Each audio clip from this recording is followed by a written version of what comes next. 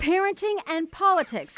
They have more in common than you might think. This is a new torture chamber delivered by grandparents and put together in Easter. Both have their ups and downs. Oh, yeah. Even for the family dog, it is not easy to find a quiet moment in the Cuccinelli household. Sure, thank you, sweetheart. Cuccinelli and his wife Tiro have 7 children. When do you have to be there? 5 girls and 2 boys, ranging in age from 3 to 15. This is where my first priority is. The stay-at-home mom homeschools the kids through 6th grade. We approach it differently than everybody else does.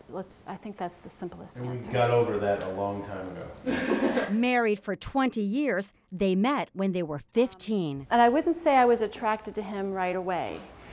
He always had a little, what would you say, overconfidence about him. He's very smart, very quick-witted, and eventually I fell hard for him, so. Tell me something about his private side that you would like people to know about him. He's very funny. He's very loving, and he is, I would say he's somewhat of a softie at home. Yeah, it's on now. This is ultimately going to be decided by the Supreme Court. But in politics, some opponents think he's stubborn, narrow-minded, and pushing his political agenda. You can't be gay in college? That's the whole point of going to college. Honestly, the media has not been very fair. Seriously. I take it personally, Ken doesn't take it personally, so that is where we differ. I asked if it puts any stress on the children. They're totally sheltered from it. They really are.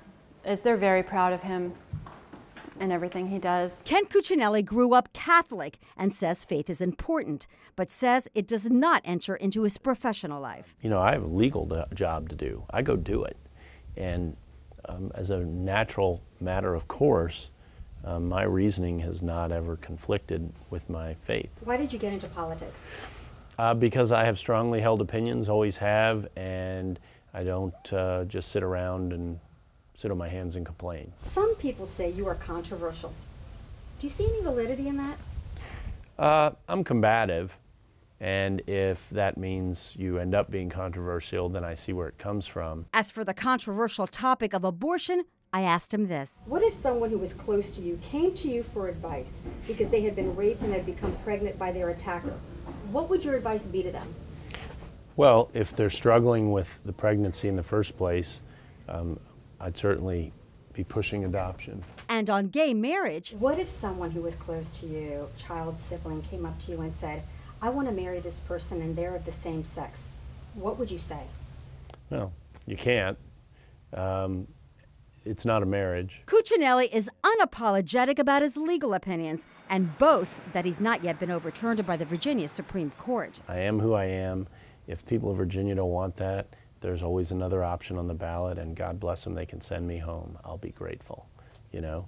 So, and it's part of what makes me so dangerous to the Democrats is I'm willing to lose. People of Virginia don't like this track record, they'll let me know.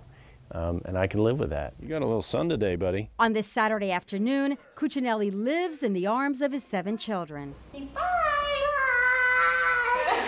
Knowing he returns to the political spotlight on Monday morning. Do you think you're a good father? Hope so.